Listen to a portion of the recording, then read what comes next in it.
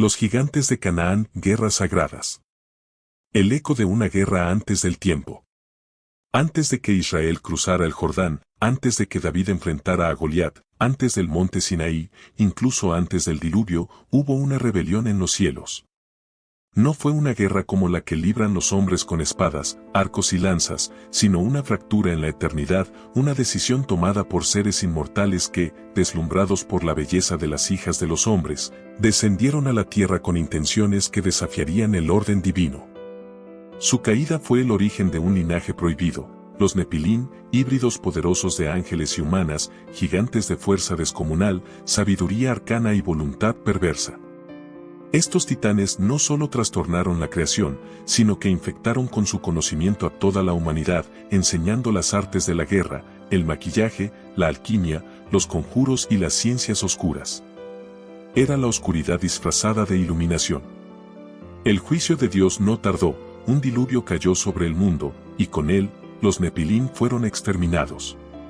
Pero como las raíces de una hierba mala, su legado no desapareció por completo. Los vigilantes, los ángeles caídos, fueron encarcelados en el abismo, en prisiones selladas bajo las montañas, pero sus hijos habían dejado simiente, y la corrupción genética, espiritual y cultural encontró nuevas formas de manifestarse. En las generaciones siguientes, se levantarían nuevos gigantes, esta vez más estratégicos, más violentos y mejor preparados. Estos gigantes serían los señores de Canaán, la tierra prometida, la tierra que Dios juró dar a Abraham, Isaac y Jacob, pero que estaría ocupada por colosos al servicio de potencias antiguas. Capítulo 1. La promesa y la amenaza.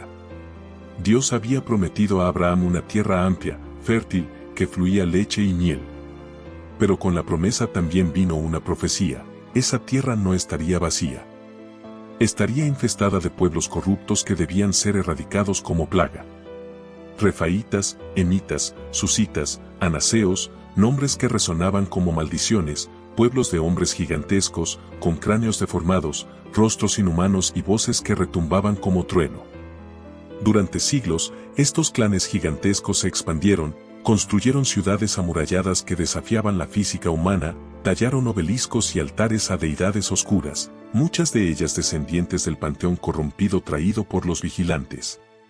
Canaán no era solo un territorio, era un bastión de resistencia espiritual contra el plan de Dios. Cuando los hebreos salieron de Egipto y acamparon frente al Jordán, Moisés envió 12 espías a explorar la tierra. Lo que reportaron fue devastador. Vimos gigantes allí, dijeron. Los hijos de Anac. Éramos como langostas a su lado. Solo 2 de los espías, Josué y Caleb, hablaron con valentía. Dijeron: si el Señor se agrada de nosotros, nos dará esa tierra. No temáis a sus moradores, porque serán pan para nosotros. Pero el temor se había sembrado en el corazón del pueblo. Y Dios los castigó vagando 40 años en el desierto, hasta que muriera esa generación incrédula. Capítulo 2. La generación de fuego, Josué, el heraldo de la conquista. Pasaron los años, y la nueva generación creció en el desierto, alimentada por el maná, guiada por columnas de nube y fuego, y forjada por las historias de sus padres. Pero no repetirían sus errores. Ellos estaban listos para pelear. Moisés había partido, y ahora el manto había caído sobre Josué, el siervo fiel. Dios le habló con voz potente: sé fuerte y valiente. Porque tú repartirás la tierra que juré a tus padres. Yo estaré contigo donde quiera que vayas. No era solo un mandato. Era una sentencia profética. Porque la tierra a la que iban no solo estaba llena de enemigos, estaba plagada de gigantes. El río Jordán fue cruzado con un milagro, como el mar Rojo antes que él. Las aguas se detuvieron, y los sacerdotes caminaron en seco, llevando el arca. Los enemigos de Canaán escucharon y temblaron. Los reyes se inquietaron. Los gigantes despertaron. Y Jericó, la primera fortaleza, se convirtió en la señal inicial. No se necesitó una catapulta, ni ariete, ni fuego griego. Solo trompetas, obediencia y fe. 7 días, 7 vueltas, un clamor, y los muros más impenetrables de la región cayeron como polvo ante el poder invisible del Altísimo. Pero esto era solo el inicio. Capítulo 3. La casa de los anaseos. Josué sabía que había que atacar el corazón mismo de los gigantes. El monte Hebrón, la cuna de Anac. Desde allí habían salido los anaseos, y allí moraban los más antiguos, los patriarcas oscuros de un linaje que no debía perdurar. Hebrón era un lugar de maldición. Las piedras parecían llorar sangre. Las raíces de los árboles eran negras como carbón. Y en las cuevas vivían los sabios deformes, guardianes de secretos prediluvianos, herederos de las ciencias de los vigilantes. Josué envió a Caleb, el valiente de 80 años, el único junto a él que había visto a los gigantes y no había temido. Caleb no titubeó. Subió con su espada desenvainada, y gritó al viento, «Dame ese monte. Yo destruiré a los hijos de Anac con mis manos». Y lo hizo. Uno a uno, los gigantes cayeron bajo su espada, y su linaje fue desarraigado. El monte Hebrón fue purificado. Fue allí donde se enterraría, siglos después, a Abraham, Isaac y Jacob. El sitio profanado fue redimido. Las guerras sagradas no solo eran por territorio, sino por limpieza espiritual. Capítulo 4. Los últimos reyes de los colosos. No todos los gigantes fueron exterminados de inmediato. Algunos huyeron a refugiarse en los valles fértiles, otros se ocultaron entre los pueblos filisteos, disfrazados como guerreros humanos.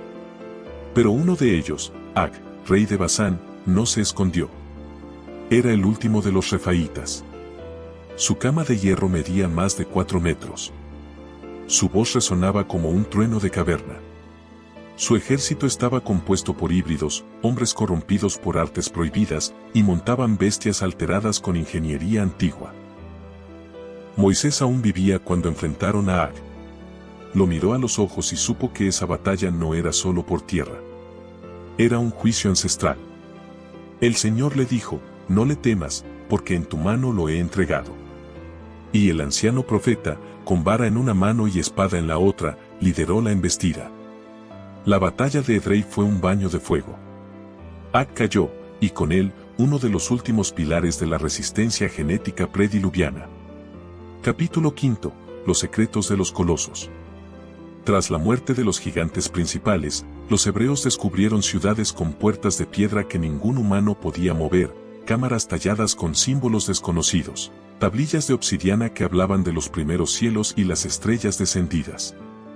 Había rituales grabados en las paredes, fórmulas que invocaban a entidades cósmicas.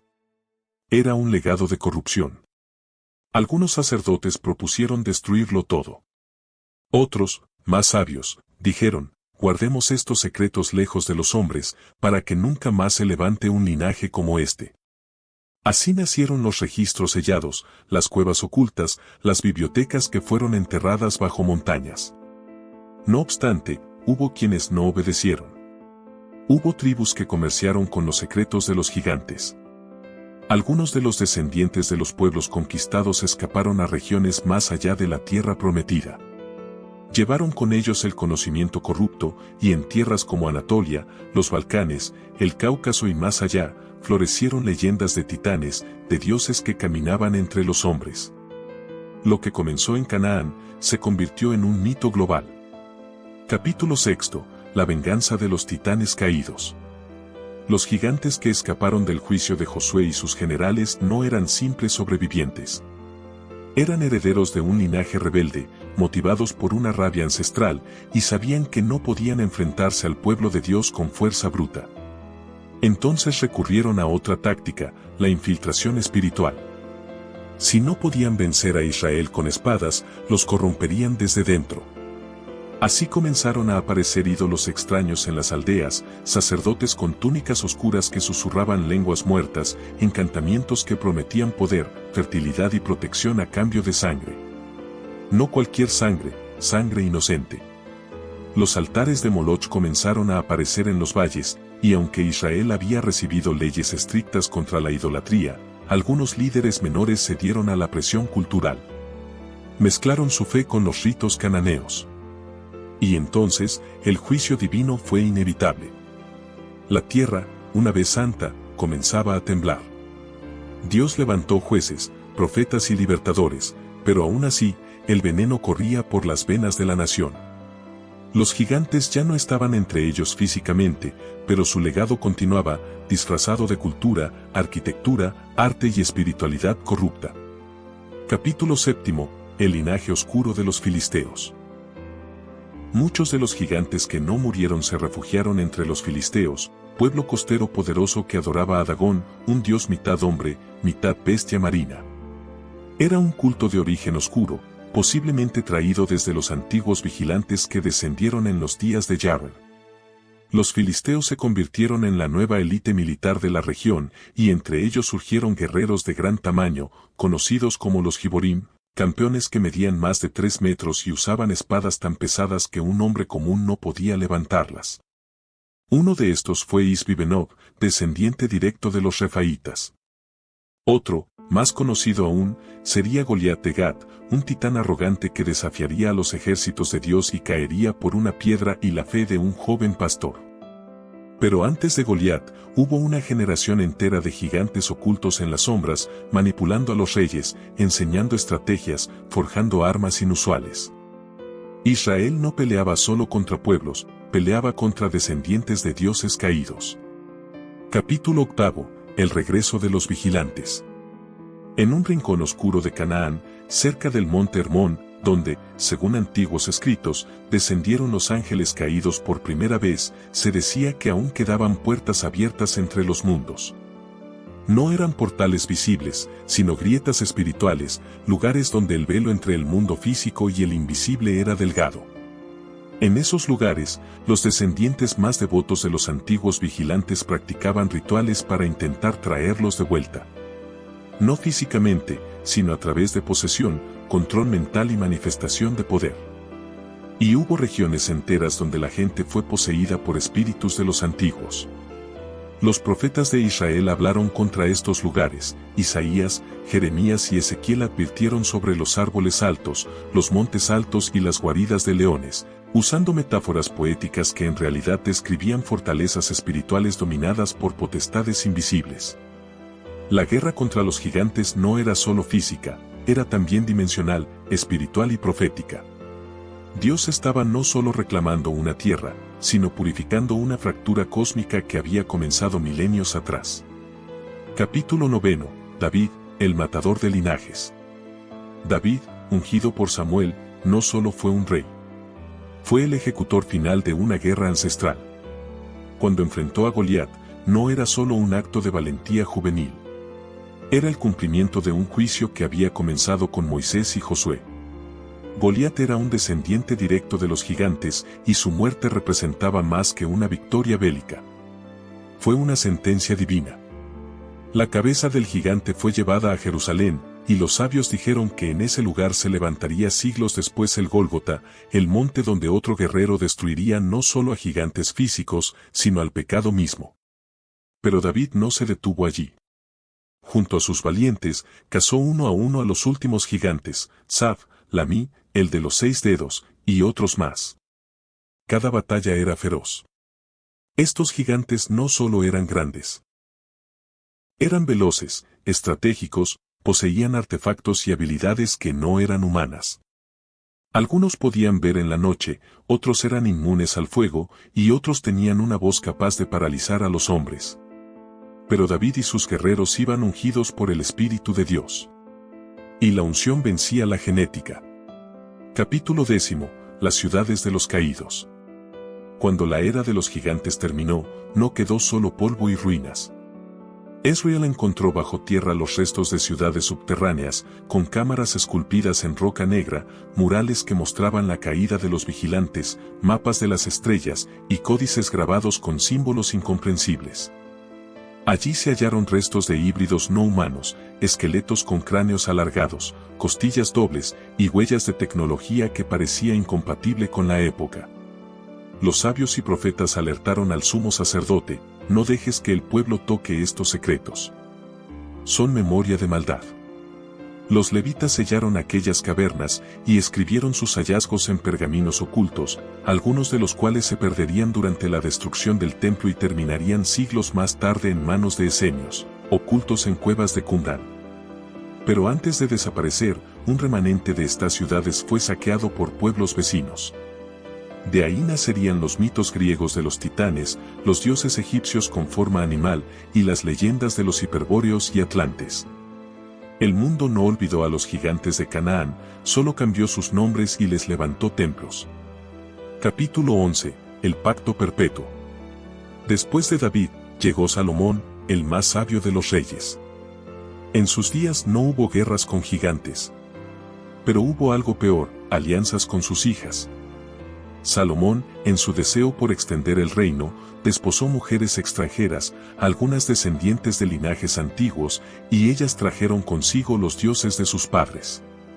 Los ídolos volvieron, los ritos secretos se practicaron incluso dentro del templo, y la sabiduría se mezcló con la corrupción.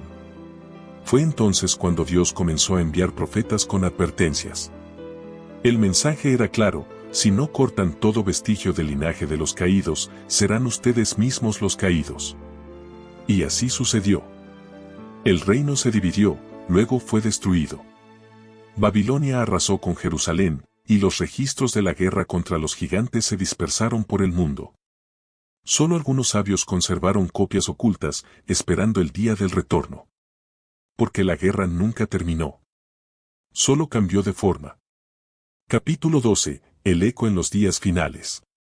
Jesús, el Hijo del Hombre, no enfrentó gigantes de carne, pero sí a los descendientes espirituales de su rebelión. En los desiertos, en las ciudades endemoniadas, en los sepulcros, luchó contra legiones invisibles. ¿Has venido a destruirnos antes de tiempo?, le preguntaban los demonios, revelando que aún recordaban el juicio de los gigantes y sabían que su sentencia se acercaba. Cristo restauró lo que los vigilantes corrompieron, la imagen divina en el hombre. Y aunque fue crucificado, su resurrección marcó el inicio de la reconquista eterna. Él no vino solo a salvar almas. Vino a restaurar la creación que fue contaminada desde los días de Enoc.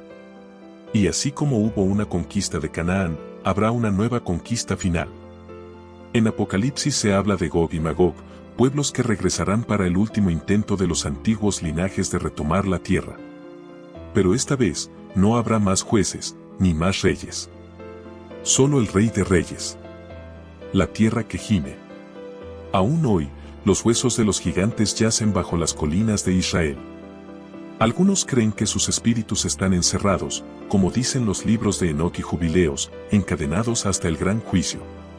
Otros creen que sus secretos están siendo buscados por poderes modernos, gobiernos, arqueólogos prohibidos y sectas ocultistas. Pero los que conocen las Escrituras saben que las guerras sagradas de Canaán no fueron un simple capítulo del Antiguo Testamento. Fueron el eco de una batalla mucho más antigua. Una que comenzó en el cielo, continuó en la tierra, y que pronto volverá. Si este relato tocó tu corazón, únete a esta gran familia. Aquí en Dios, la palabra bíblica, no solo escuchamos historias, vivimos la verdad eterna. Suscríbete, dale like si te bendijo y déjanos tu comentario, queremos escucharte. Juntos, como hermanos, crecemos en sabiduría y fe, somos familia, y este es tu hogar.